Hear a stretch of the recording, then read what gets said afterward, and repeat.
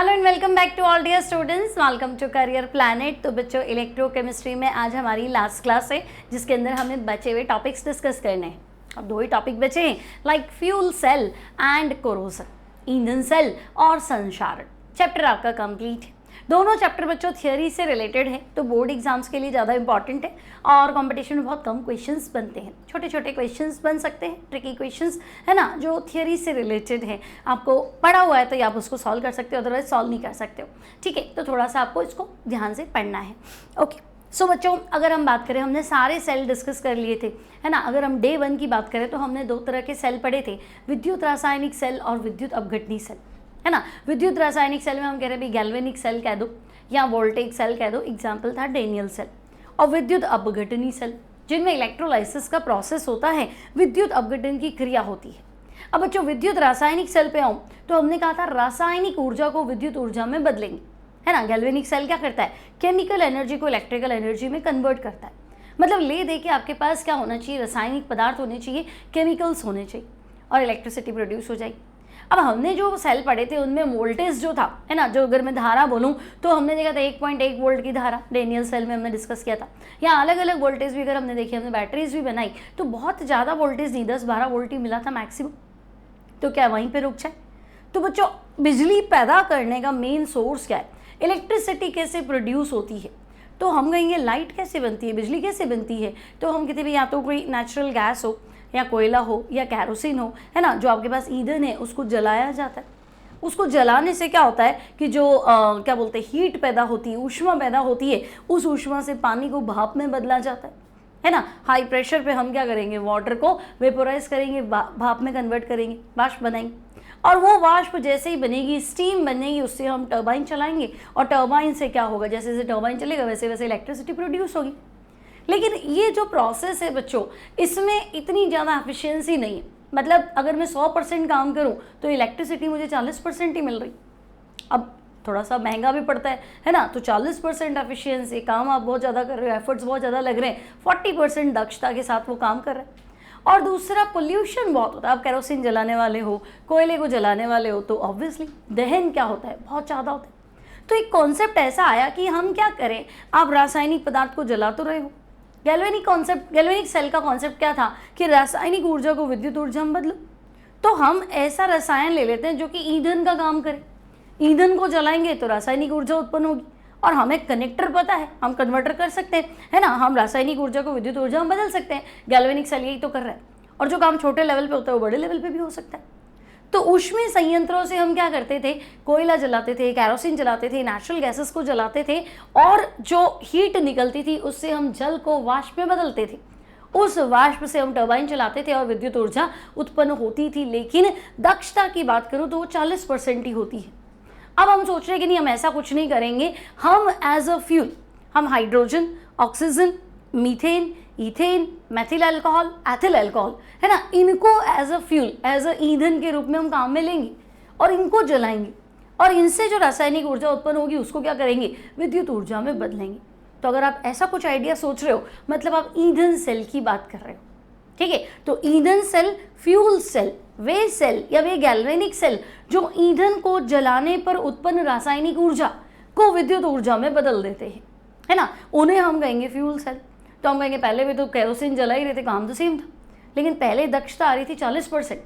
अगर, है ना, आपको बड़े लेवल पे इलेक्ट्रिसिटी प्रोड्यूस करना है, लाइक आपने यहाँ पे पिक्चर देखा है, hydrogen oxygen fuel cell, hydrogen oxygen ईंधन सेल, तो बच्चों इसकी दक्षता 70% है ना। और हाइड्रोजन ऑक्सीजन आपस में मिल भी गए तो तुम सोचो पानी तो बनेगा। हाइड्रोजन ऑक्सीजन से क्या पॉल्यूशन कर लोगे, तो जल बनेगा।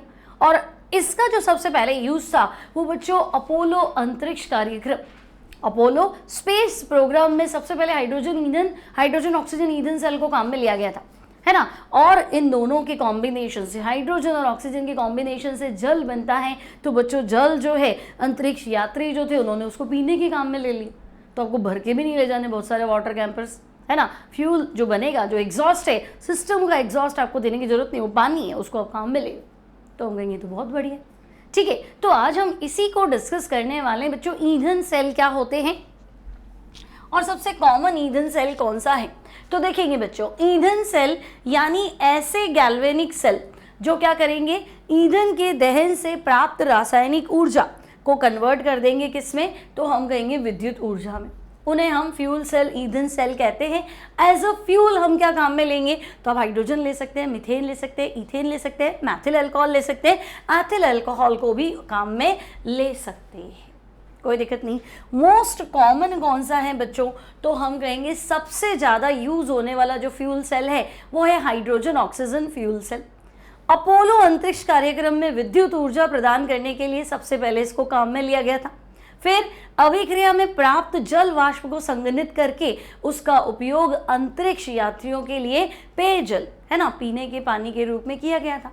तो बाकी सेल तो आपको पोल्यूशन दे रहे थे, ये तो क्या हो गए, तो हम कहेंगे ये प्रदूषण मुक्त हैं, है ना। ईंधन सेल जो है बच्चों ये पोल्यूशन नहीं करते हैं, पोल्यूशन फ्री होते हैं।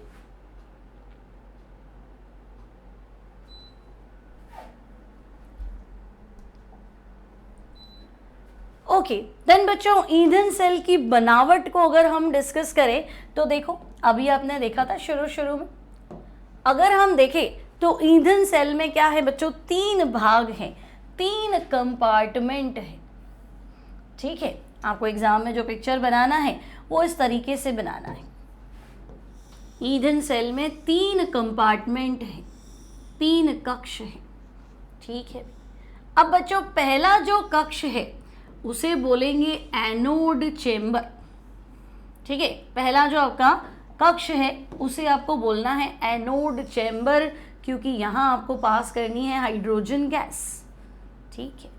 तो यहाँ से आपको पास करनी है हाइड्रोजन गैस, ओके, है ना, कंप्रेस करके, कंप्रेस मतलब समझे ना, संपीड़ित करके, कम जगह में ज़्यादा गैस पहुँचानी। तीसरा जो कक्ष है तो बच्चों यहाँ तुम्हें पास करनी है ऑक्सीजन गैस, ठीक है। बोर्ड एग्जाम दे रहे हो तो पिक्चर बनाना रहेगा, थोड़ा अच्छा पिक्चर बनाना, मेरे से ज़्यादा सही बनाना, है ना। और बच्चों बीच में तो हम कहेंगे कार्बन इलेक्ट्रोड है वैसे तो, लेकिन इलेक्ट्रोड की कैपेसिटी को बढ़ाने के लिए हम इसमें प्लैटिनम या पैलेडियम मिक्स कर लेते हैं। तो प्लैटिनम कोटेड या प्लैटिनम परफोरेटेड फ्यूल सेल, ठीक है। तो ये है आपके ईंधन सेल। गैल्वेनिक सेल है ना, तो एनोड वाली साइड आपको रखना है नेगेटिव, कैथोड वाली साइड रखना है पॉजिटिव। तो बच्चों फ्यूल सेल हम बात कर रहे हैं हाइड्रोजन और ऑक्सीजन, ठीक है। H2O2 हाइड्रोजन पर ऑक्साइड नहीं है, H2 अलग है, O2 अलग है ना। हाइड्रोजन ऑक्सीजन ईंधन सेल, तो भाई इसके 3 भाग हैं। पहला कंपार्टमेंट जो है इसे बोलते हैं एनोड चेंबर, एनोड कक्ष, जहाँ से हम हाइड्रोजन गैस को भेजने वाले हैं। तीसरा कंपार्टमेंट जो है वो है कैथोड कक्ष, और बच्चों यहाँ से हम ऑक्सीजन गैस को भेजने वाले हैं। मध्य भाग में विद्युत अपघट्य के रूप में तो हम काम में ले लेंगे NaOH या KOH, बस। तो आपको एज अ इलेक्ट्रोलाइट काम कैसे करेगा, तो NaOH या KOH का प्रयोग विद्युत अपघट्य के रूप में करते हैं। और आपको पता है कि इसका जो एग्जॉस्ट है ना, क्या बोले इसका, भाई हाइड्रोजन ऑक्सीजन क्रिया करके बनाएंगे क्या, जल ही तो बनाएंगे, जल वाष्प बनाएंगे, तो उसके लिए इनका जो एग्जॉस्ट है वहाँ से वाटर, ठीक है। ऐसे बनाए चाहे ऐसे बनाए, बीच में बल्ब लगा दे, वाटर जो है वो बाहर यहाँ से एग्जिट दे देंगे, ठीक। अब तो हम एक बार इसका बनावट, आपको अगर बोर्ड एग्जाम में तो बच्चा थियरी पूछा जाएगा तो आपको लिखना है। तो ईंधन सेल की बनावट तो आप बताएंगे भाई, ठीक है, इसमें 3 भाग है। पहले भाग को कहते हैं anode chamber, hydrogen gas pass करेंगे। तीसरे भाग को कहेंगे cathode chamber, oxygen gas pass करेंगे। बीच में ग्रेफाइट के, कार्बन के इलेक्ट्रोड्स लगाएंगे। थोड़ा उनका एफिशिएंसी कम रहता है तो प्लैटिनम या पैलेडियम बीच में मिक्स करेंगे। जाली होती है ताकि हाइड्रोजन ऑक्सीजन गैस रिस्क के आराम से बीच में चली जाए, ठीक है। तो दोनों भाग छिद्र युक्त कार्बन इलेक्ट्रोड से अलग रहते हैं, और इलेक्ट्रोड अभिक्रिया की दर बढ़ाने के लिए प्लैटिनम या पैलेडियम उत्प्रेरक को इलेक्ट्रोड में मिक्स करते हैं। और बच्चों मध्य भाग में भर लेते हैं NaOH या KOH, है ना, एज अ इलेक्ट्रोलाइट विद्युत अपघट्य। तो हम कहेंगे सेल तो सिंपल है, लिख सकते हो थियरी। अब बच्चों भाई ईंधन सेल है तो अभिक्रिया कैसे करेगा, तो हम कहेंगे सेल अभिक्रिया तो हम 2 तरह से लिखते हैं, एनोड रिएक्शन, कैथोड रिएक्शन और नेट सेल रिएक्शन। तो एनोड पे क्या होगा, तो हम कहेंगे भाई एनोड पे होगा ऑक्सीकरण, ठीक है। एनोड पे क्या होगा, ऑक्सीकरण। अब सेल की अगर बात करें तो सेल का पिक्चर एक बार देखेंगे। देखिए सेल के एनोड भाग में बच्चों, एनोड चेंबर में दिख रहा है कौन सी गैस फिल है, तो हम कहेंगे हाइड्रोजन गैस फिल है। ओके, और कैथोड भाग में तो हम कहेंगे ऑक्सीजन गैस फिल है। ठीक है, तो भाई एनोड चेंबर से हाइड्रोजन गैस आगे पास हो रही है ना, तो ये लो हाइड्रोजन गैस। बीच में बच्चों विद्युत अपघट्य है ना, तो हम कहेंगे हाँ विद्युत अपघट्य KOH NaOH, तो OH माइनस आयन देगा। ठीक है, अब ऑक्सीकरण, तो मैं इन दोनों से इलेक्ट्रॉन छुड़वा दूं, है ना, OH माइनस अगर 2 इलेक्ट्रॉन छोड़ दिए तो बच्चों 2 हाइड्रोजन और 2 OH, HOH वाटर, फिर HOH, तो हम कहेंगे वाटर, तो ये बना लेगा 2 जल के अणु। ये हो गया हमारा इक्वेशन नंबर 1। ठीक है, कैथोड रिएक्शन करवाइए, तो बच्चों कैथोड रिएक्शन, तो हम कहेंगे कैथोड पे होगा अपचयन। ठीक है, कौन सी गैस फिल कर रहे थे, तो अब ध्यान से देखो, पहला चैम्बर तो हम कहेंगे एनोडिक चैम्बर था, हाइड्रोजन गैस पास कर रहे थे, है ना। तीसरा चैम्बर तो कैथोडिक चैम्बर था, हम ऑक्सीजन गैस पास कर रहे थे, तो यहाँ से ऑक्सीजन, बीच में तो वही है विद्युत अपघट्य, तो हम कहेंगे ठीक है बीच में विद्युत अपघट्य है। ओके, तो देखो ऑक्सीजन गैस गई, ऊपर क्या बना, वाटर बना, तो ये लो वाटर बना लेते हैं। ठीक है, अब देखो OH OH, इसके भी कॉम्बिनेशन से OH बन जाएगा, इसके कॉम्बिनेशन से भी OH बन जाएगा, लेकिन मुझे 4 इलेक्ट्रॉन चाहिए। 4 OH बनाऊंगी तो क्या 4 OH माइनस बनाऊंगी ना, तो 4 OH तो बन जाएंगे। देखो एक OH, दूसरा OH, तीसरा OH, चौथा OH, तो मैं ऊपर वाली इक्वेशन को 2 से मल्टीप्लाई कर लेती हूँ, 4 इलेक्ट्रॉन, तो बच्चों इन सब के कॉम्बिनेशन से बन जाएगा 4 OH माइनस। बस अब आपका काम हो गया, है ना। अब आप बैलेंस करके इक्वेशन को ऐड कर दो, तो देखो पहले वाली इक्वेशन को 2 से मल्टीप्लाई किया है, तो ये 4 इलेक्ट्रॉन कैंसिल, है ना। 2 वाटर, ऊपर 4 वाटर है बच्चों, ये 2 वाटर कैंसिल, तो हम कहेंगे 2 वाटर तो अभी भी बचेंगे। बस अब क्या है, अब देखो ऊपर वाली इक्वेशन में OH भी 4 है, ये भी 4 है, ये फिर कैंसिल, तो फाइनली हमें पता ही है कि भाई हाइड्रोजन गैस और ऑक्सीजन गैस के कॉम्बिनेशन से बनना क्या है, तो हम कहेंगे जल वाष्प ही तो बननी है। संघनित करके हम उसको जल में कन्वर्ट कर देंगे तो वाष्प रूप में बनेगा ना, H2O गैस के रूप में। ठीक है, तो यहाँ समझ में आ गया, है ना। ईंधन सेल 3 कंपार्टमेंट होंगे, पहला एनोड कंपार्टमेंट, तीसरा कैथोड कंपार्टमेंट, बीच में प्लैटिनम इलेक्ट्रोड, है ना, या कार्बन के इलेक्ट्रोड जिनमें प्लैटिनम मिक्स है, जाली युक्त इलेक्ट्रोड, छिद्र युक्त इलेक्ट्रोड है, ताकि गैसें आराम से रिस के OH माइनस के संपर्क में आए। अब एनोडिक चैम्बर में हम हाइड्रोजन गैस फिल करते हैं, OH माइनस के संपर्क में आएगी, तो बच्चों ये माइनस वाले इलेक्ट्रॉन छुड़वा दो और 2 जल के अणु बन जाएंगे। कैथोडिक चैम्बर में ऑक्सीजन गैस आएगी, ऊपर जो जल बना है वो भी काम में ले लो, इलेक्ट्रॉन आए वो भी काम में ले लो, तो तुम देखोगे OH माइनस बन जाएंगे, OH बन जाएंगे। 4 इलेक्ट्रॉन की जरूरत है, इसलिए उसको 2 से मल्टीप्लाई कर ली। और फाइनली अगर आपको एग्जाम में नहीं याद रहता तो बस आप इतना लिख दो कि भाई hydrogen plus oxygen gives water, बस इतना बहुत है। अब खास बातें क्या है भाई, आप हाइड्रोजन ऑक्सीजन फ्यूल सेल को इतना क्यों मतलब वो कर रहे हो, तो एक तो देखो स्पेस में जो फ्लाइट गई कितनी बड़े लेवल पे इलेक्ट्रिसिटी चाहिए, तो हम कहेंगे कि बहुत बड़े लेवल पे इससे विद्युत का उत्पादन किया जा सकता है, बड़े पैमाने पर, है ना, लार्ज स्केल पे इलेक्ट्रिसिटी प्रोड्यूस की जा सकती है। दूसरा बच्चों, तो हमने अभी पढ़ा था कि भाई इनमें पॉल्यूशन नहीं होता, ये सेल पॉल्यूशन फ्री होते हैं। जब तक तुम फ्यूल देते रहोगे बच्चे, तब तक सेल जो है वो काम करता रहेगा, और इसका जो एफिशिएंसी है वो आपको दिख रहा है। इन सेल की एफिशिएंसी यानी दक्षता, तो बच्चों 70% तक ये सेल जो है एफिशिएंट होते हैं, जो कि बहुत बड़ी बात है अपने आप में, है ना। और दूसरे की बात करें अपन, ऊष्मीय संयंत्रों की बात करें, तो उनकी दक्षता 40%, मतलब 100% काम करके अगर सैलरी 40% मिले तो मतलब क्या, यहाँ आपको कितना मिल रहा है, 70% मिल रहा है, काफ़ी ज़्यादा है एज कम्पेयर टू ऊष्मीय संयंत्र जिसे हम कह रहे, हीट इंस्ट्रूमेंट्स जिसे कह रहे वो। ठीक है, कोई दिक्कत नहीं। तो यहाँ खत्म हो गया हमारा ईंधन सेल। नेक्स्ट टॉपिक जो है बच्चों वो है संचारण। संचारण से आप क्या समझते हैं? अब देखो संचारण का सीधा सीधा उदाहरण तो हम कहेंगे लोहे पे जंग लगना। लोहे पे जंग लगना संचारण का उदाहरण। मतलब ले देखिए हुआ क्या, तो हम कहेंगे अगर लोहे की बात भी नहीं करें, सिंपल कोई भी मेटल की बात करें, है ना। अगर मैं आपसे कहूं बच्चों की शुद्ध धातु की सतह, ठीक है, प्योर मेटल सरफेस, है ना, मान लो ये शुद्ध धातु की सतह एकदम प्योर मेटल है, ठीक है। तो बच्चों प्योर मेटल लाइक लोहा ले लो, जिंक ले लो, है ना, कॉपर भी ले सकते हो, ठीक है, एल्यूमिनियम ले लो, कोई भी मेटल की सरफेस हो। अब बच्चे जैसे ही तुमने धातु की सतह को वायु के संपर्क में रखा, है ना, या वायुमंडलीय घटक, भाई हवा में रखोगे तो हवा क्या है, हवा तो कॉम्बिनेशन है, हवा क्या है, हवा तो मिक्सचर है, ऑक्सीजन भी है, नाइट्रोजन भी है, क्लोरीन भी है, SO2 भी है, CO2 भी है, NO2 भी है, सब है थोड़े थोड़े। और हम कौन से 100% प्योर एयर में रहते हैं, सब मिक्स होगी। तो हम कहेंगे अब शुद्ध धातु की सतह को वायुमंडलीय घटकों के संपर्क में रखो, ठीक है। तो ऐसा क्या हो जाएगा भाई, तो हम कहेंगे बड़ी बड़ी बातें हो जाएंगी।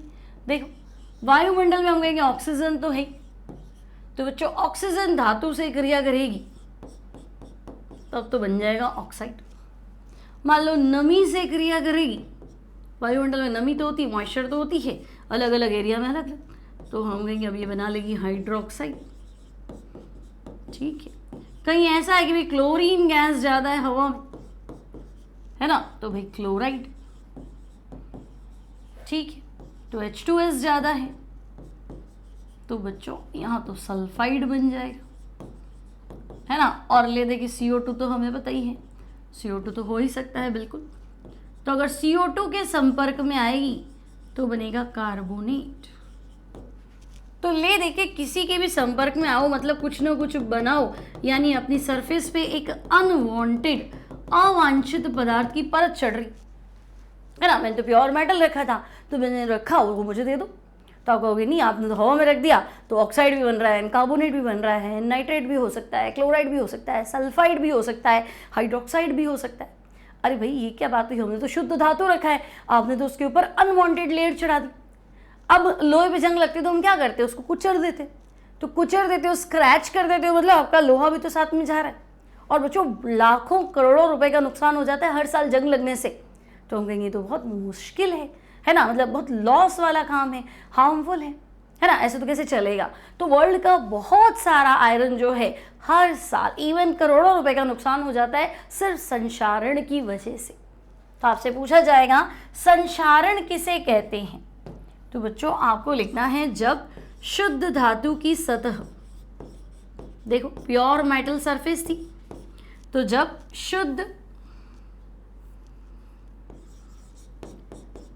शुद्ध धातु की सतह वायुमंडलीय घटकों, अब भाई वायुमंडलीय घटक कौन से, तो बच्चों हम कहेंगे वायुमंडल में ऑक्सीजन हो सकती है, नमी हो सकती है ना, CO2 हो सकती है, क्लोरीन हो सकती है, H2S हो सकती है, SO2 हो सकती है। किसी के भी संपर्क में आए तो आदि के संपर्क में आने पर क्या करेगी, तो हम कहेंगे अनडिजायरेबल लेयर, अवांछित पदार्थ की परत बनाती है। तो भाई नमी, ऑक्सीजन, CO2, Cl2, H2S आदि के संपर्क में आने पर अवांछित पदार्थ युक्त परत बनाती है, ठीक है, अवांछित पदार्थ युक्त परत बनाती है, ठीक है। जिससे क्या होगा, तो हम कहेंगे अब ये अवांछित पदार्थ की परत है, इसको हटाना है तो कुचल दो, मतलब धातु का क्या हो रहा है, नुकसान हो रहा है, क्षय हो रहा है ना, जिससे धातु का क्षय होता है। क्षय मतलब लॉस हो जाएगा, एक तरह से डीजेनरेट हो जाएगा, धातु का क्षय होता है, ठीक है बच्चों।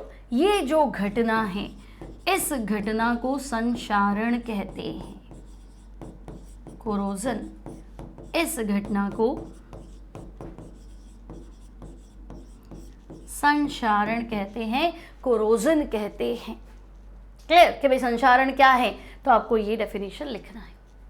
अब उदाहरण दो, तो बच्चों मोस्ट कॉमन एग्जाम्पल जो है संक्षारण के उदाहरण तो हम कहेंगे सबसे कॉमन एग्जाम्पल है लोहे पर जंग लगना।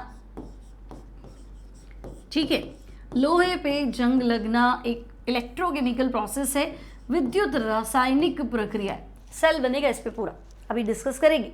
ठीक है, अब जंग युक्त लोहे का फॉर्मूला क्या है? तो भाई लोहा ऑक्सीडाइज्ड हो जाता है, साथ में क्रिस्टलीय जल के अणु बंध जाते हैं। तो Fe2O3.X H2O ये रस्टेड आयरन का फॉर्मूला है, एग्जाम में पूछा जा सकता है।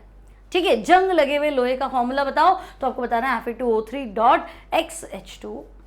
ठीक, और तो बच्चों आपने देखा होगा कॉपर की सरफेस पे ग्रीन लेयर डिपोजिशन, कॉपर सतह पर हरी पपड़ी का जमना। ठीक है, तो बच्चों ये भी संक्षारण का ही उदाहरण है, green layer deposition on copper surface. और तो हम कहेंगे स्टील का अपनी चमक को खोना, है ना। जो चमाचम स्टील होती है वो लश्चर नहीं रहता है, थोड़े टाइम बाद में हम स्टील के बर्तन लेके आते हैं एकदम मस्त होते हैं, थोड़े टाइम बाद पुराने हो जाते हैं। दैट इज ऑल्सो कोरोजन, संक्षारण। और बताना है तो बच्चों चांदी का काला पड़ना, ब्लैकनिंग ऑफ सिल्वर। चांदी का काला पड़ना भी अपने आप में क्या है? तो हम कहेंगे ये संक्षारण है, धातु का क्षय होना। अब बच्चों दो तरीके से संक्षारण हो सकता है, लाइक धातु H2S के संपर्क में आगे सल्फाइड बना दिया, क्लोरीन के संपर्क में आगे क्लोराइड बना दिया। तो जहाँ आपको नमी की जरूरत नहीं है तो हम कहेंगे वो ड्राई कोरोजन है, लेकिन बिना नमी के नहीं होगा तो हम कहेंगे वो मॉइस्ट कोरोजन है। तो जहाँ नमी चाहिए वहाँ सेल बनेगा, वहाँ विद्युत रासायनिक प्रक्रिया होगी, वहाँ ऑक्सीकरण भी होगा, वहाँ रिडक्शन भी होगा, वहाँ विद्युत अपघट्य भी होगा और पूरा सेल बनेगा, है ना। और धातु धीरे धीरे क्या हो जाएगी? संक्षारित होगी, क्षय होगी। तो जहाँ आपको नमी चाहिए वो है इलेक्ट्रोकेमिकल कोरोजन, विद्युत रासायनिक संक्षारण, और जहाँ नमी नहीं चाहिए वो शुष्क संसारण, अभिक्रिया तो वहाँ पे भी हुई तो रासायनिक कोरोजन कह सकते हो, है ना, रासायनिक संक्षारण। ठीक है, तो हम कहेंगे ले देके अगर हम बात करें तो बच्चों संक्षारण जो है वो दो प्रकार का होता है। ठीक है, तो बच्चों संक्षारण के प्रकार, तो संक्षारण जो है वो दो प्रकार का होता है, शुष्क या रासायनिक संक्षारण। विद्युत रासायनिक नहीं बोलेंगे इसको, सिर्फ रासायनिक संक्षारण। ठीक है भाई, शुष्क संक्षारण या रासायनिक संक्षारण, केमिकल कोरोजन। और जहां आपको नमी चाहिए तो वो विद्युत रासायनिक संक्षारण। अब इसमें क्या होगा? तो भाई वायुमंडल में उपस्थित कोई भी gas like HCl, SO2, Cl2, H2S ये धातु के साथ क्रिया करेंगी और धातु क्षय होना शुरू हो जाएगा, है ना। अब ये डायरेक्ट मेटल से रिएक्ट करती है और सरफेस पे कंपाउंड बनाती है। लेकिन अगर हम यहाँ की बात करें तो धातु का नमी और अशुद्धियों की उपस्थिति में, मॉइस्चर तो चाहिए या फिर इम्प्योरिटीज चाहिए, तो नमी या अशुद्धियों की उपस्थिति में संक्षारण क्या होगा? तेजी से होता है, क्योंकि इसमें पूरा सेल बनता है। तो ये विद्युत रासायनिक संक्षारण है। सवाल क्या बनेगा? लोहे पे जंग लगना कौन सा संक्षारण है? शुष्क संक्षारण है, रासायनिक संक्षारण है, विद्युत रासायनिक संक्षारण है, यह सारे ही सही है। तो तुम्हें ध्यान रखना, लोहे पे जंग लगना बिना नमी के कभी नहीं लगेगा। आप लोहे को बिल्कुल कागज में पैक करके रख दो, पेंट करके रख दो, तो फिर वहाँ पे जंग नहीं लगना है, क्योंकि बिना मॉइस्चर के काम नहीं होना है। ठीक है, तो हम कहेंगे लोहे पे जंग लगना इलेक्ट्रोकेमिकल कोरोजन है, विद्युत रासायनिक संक्षारण है। अब आपको पूरा मैकेनिज्म बताना है, पूरा प्रोसेस बताना है कि भाई लोहे पे जंग लगता कैसे है ना। क्या ऐसा क्या हो जाता है कि लोहे पे जंग लगना है? तो बच्चों देखो, लोहे पे जंग लगना, तो अभी हमने पढ़ा था लोहे पे जंग लगना विद्युत रासायनिक संक्षारण है ना। मतलब इसमें शुद्ध लोहा तो आपका काम करेगा एनोड, अशुद्ध मतलब अब 100% शुद्ध तो होता नहीं, अशुद्धियाँ तो होती है लोहे में, तो अशुद्धियों युक्त लोहा जो है वो काम करेगा कैथोड। और CO2 युक्त नमी, मतलब बिना नमी के तो जंग लगेगा नहीं। नमी में वायुमंडल की CO2 घुल जाएगी और कार्बोनिक अम्ल बनाएगी H2CO3, वो काम करेगा विद्युत अपघट्य। मतलब ये पूरा का पूरा एक आपका गैल्वेनिक सेल बन जाएगा एक तरह से, है ना। और हम देखेंगे कि पूरा पूरा सेल बन रहा है, इसमें रिडॉक्स अभिक्रिया हो रही है, अब वो काम करेगा, अब कोरोजन होना स्टार्ट होगा, सेल बनेगा तब। तो हम कहेंगे ठीक है भाई कैसे? तो देखो आपने लिखा है शुद्ध लोहा एनोड की भांति कार्य करता है, तो एनोड अभिक्रिया लिख लेते हैं बच्चों। एनोड रिएक्शन, तो हम कहेंगे देखो शुद्ध लोहा यानी Fe, ठीक है। वायुमंडलीय नमी की उपस्थिति में ये Fe+2 बना लेगा, नमी है तो मैं एक्वस लिख देती हूँ, 2 इलेक्ट्रॉन, ठीक है। अभी कैसे बनाएगा, विद्युत अपघट्य का है, तो हम कहेंगे देखो वायुमंडल में जो CO2 गैस है ना, वो नमी में मिक्स हो जाएगी। जब नमी ज़्यादा होती है ना, बारिश वाले टाइम में देखा होगा जंग बहुत ज़्यादा लगता है, या बिल्कुल पानी के संपर्क में है लोहा तब भी बहुत ज़्यादा जंग लगता है, तो CO2 वाटर में मिक्स हो जाएगी बच्चों, ये बनेगा कार्बोनिक अम्ल। और ये जो आपका कार्बोनिक अम्ल है धातु के संपर्क में आ गया, विद्युत अपघट्य बन गया, तो ये देगा H आयन और HCO3 माइनस आयन, ठीक है। तो ये एनोड अभिक्रिया है, ये आपका विद्युत अपघट्य है ना, ये काम करेगा आपके इलेक्ट्रॉन ट्रांसफर का, तो हम कहेंगे ठीक है। अब कैथोड रिएक्शन, तो हम कहेंगे देखो शुद्ध लोहा क्या है, एनोड, और अशुद्ध लोहा क्या है, कैथोड। तो बच्चों ये जो H आयन है ये पहुंच जाएंगे आपके कैथोड के पास। 4 ले लेती हूँ इक्वेशन बैलेंस करने के लिए, ठीक है। 4 H आयन को 4 इलेक्ट्रॉन चाहिए, तो इसको 2 से मल्टीप्लाई कर लेते हैं, ठीक है। मैं बताऊंगी 4 H आयन क्यों लिए, तो 4 H आयन 4 इलेक्ट्रॉन, तो हम कहेंगे भाई ये तो बन गया हाइड्रोजन गैस, है ना, क्योंकि एनोड में क्या निकले थे, इलेक्ट्रॉन निकले थे, ठीक है। कैथोड में इन इलेक्ट्रॉन को पहुंचा दूं तो 4 H ion 4 electron, hydrogen gas. अब हाइड्रोजन गैस वायुमंडलीय ऑक्सीजन के संपर्क में आएगी, जंग लगने में तुम्हें नमी भी चाहिए, CO2 युक्त नमी चाहिए, और ऑक्सीजन, फेरिक ऑक्साइड कैसे बनाओगे, तो हम कहेंगे ये ऑक्सीजन और वाटर, हाइड्रोजन मिक्स होके क्या बना लेंगे, वाटर मॉलिक्यूल, ठीक है। तो ले दे के आपने क्या देखा कि फर्स्ट स्टेप में तो आपका हुआ ऑक्सीडेशन, 2 इलेक्ट्रॉन निकले, फिर कैथोड अभिक्रिया में हम कहेंगे हमें 4 इलेक्ट्रॉन चाहिए थे, तो ठीक है 4 इलेक्ट्रॉन रिक्वायर्ड, इसको मैं समीकरण 2 कर देती हूँ और इसको मैं समीकरण 3 कर देती हूँ, ठीक है। अब ध्यान से देखो, तो बच्चों समीकरण 1, 2 और 3 से नेट सेल रिएक्शन लिखनी है ना, तो एनोड की अभिक्रिया ये है, कैथोड की ये है, तो हम कहेंगे ठीक है संपूर्ण सेल अभिक्रिया, नेट सेल अभिक्रिया। तो एनोड में क्या था Fe, कैथोड में क्या है, देखो इसको कैंसिल कर लेते हैं, तो कैथोड पे है 4 H आयन और 4 इलेक्ट्रॉन, तो बच्चों Fe plus 4 H ion plus 4 electron plus oxygen भी है ना, वायुमंडलीय ऑक्सीजन, सबको ऐड कर दो। और प्रोडक्ट साइड में क्या है, तो हम कहेंगे Fe+2 और 2 वाटर, ठीक है। अब ये Fe+2 है बच्चों, ये Fe+2 फिर से ऑक्सीडाइज्ड हो जाएगा, ये Fe+2 पुनः ऑक्सीकृत होकर, ठीक है, ये Fe+2 फिर से क्या होगा, तो हम कहेंगे फिर से ऑक्सीडाइज्ड हो जाएगा और Fe+3 बनाएगा, ठीक है। और बच्चों तो आप देखेंगे वायुमंडलीय ऑक्सीजन से क्रिया करके, वायुमंडलीय O2 से क्रिया करके ये बन गया आपका Fe2O3, और देखो वाटर तो साथ में बना है, नमी को नहीं पकड़ा है, इसलिए वायुमंडलीय ऑक्सीजन है ना, और पानी में जो H आयन थे उनसे अपना क्रिस्टलीय जल बनाया है, तो बच्चों ये Fe2O3 डॉट XH2O बनाता है। और आपने अभी तो पढ़ा कि जंग लगे हुए लोहे का फॉर्मूला क्या होता है, रस्टेड आयरन क्या है, तो हम कहेंगे रस्टेड आयरन यही तो है, Fe2O3 डॉट XH2O, क्लियर। तो जंग लगना पूरा का पूरा जो है एक इलेक्ट्रोकेमिकल प्रोसेस है, उसमें शुद्ध लोहा, अशुद्ध लोहा, CO2 युक्त नमी, शुद्ध लोहा Fe+2 बनाएगा, ठीक है। कैथोड जो कि आपका अशुद्ध लोहा है ना, यहाँ से इलेक्ट्रॉन निकल के जाएंगे, CO2 नमी में घुल के कार्बोनिक अम्ल बनाएगी, कार्बोनिक अम्ल आपका H आयन में टूट जाएगा, अशुद्ध लोहे पे ये H आयन पहुंच जाएगा, ऊपर के इलेक्ट्रॉन से ये पहले हाइड्रोजन गैस बनाएगा, ये हाइड्रोजन गैस वायुमंडलीय ऑक्सीजन से मिलकर जल बनाएगी, ठीक है। नेट सेल रिएक्शन आपकी ये है, पूछा जा सकता है लोहे के जंग लगने की प्रक्रिया या लोहे के संक्षारण की रासायनिक अभिक्रिया लिखे, तो आपको देखना है शुद्ध लोहा था Fe, कैथोड में अभिक्रिया हुई थी H आयन, इलेक्ट्रॉन और ऑक्सीजन, प्रोडक्ट था Fe+2 और वाटर, बस इतना आपको एक्सप्लेन करना है। अब सिंपल सी बात है कि आपने जंग लगना पढ़ लिया तो भाई बचाएंगे कैसे, संक्षारण से बचाव कैसे करेंगे, है ना भाई, धातु को बचा ही लो। सबसे अच्छी बात क्या है, जंग लगने ही मत दो। तो अब आपको इसमें थोड़ा थियरी बताना है कि भाई संक्षारण से हम बचाव कैसे करेंगे। तो बच्चों आपका जो भी मेटल है ना, उसके ऊपर क्या करो, धातु के ऊपर उपयुक्त पदार्थ की परत चढ़ा दो।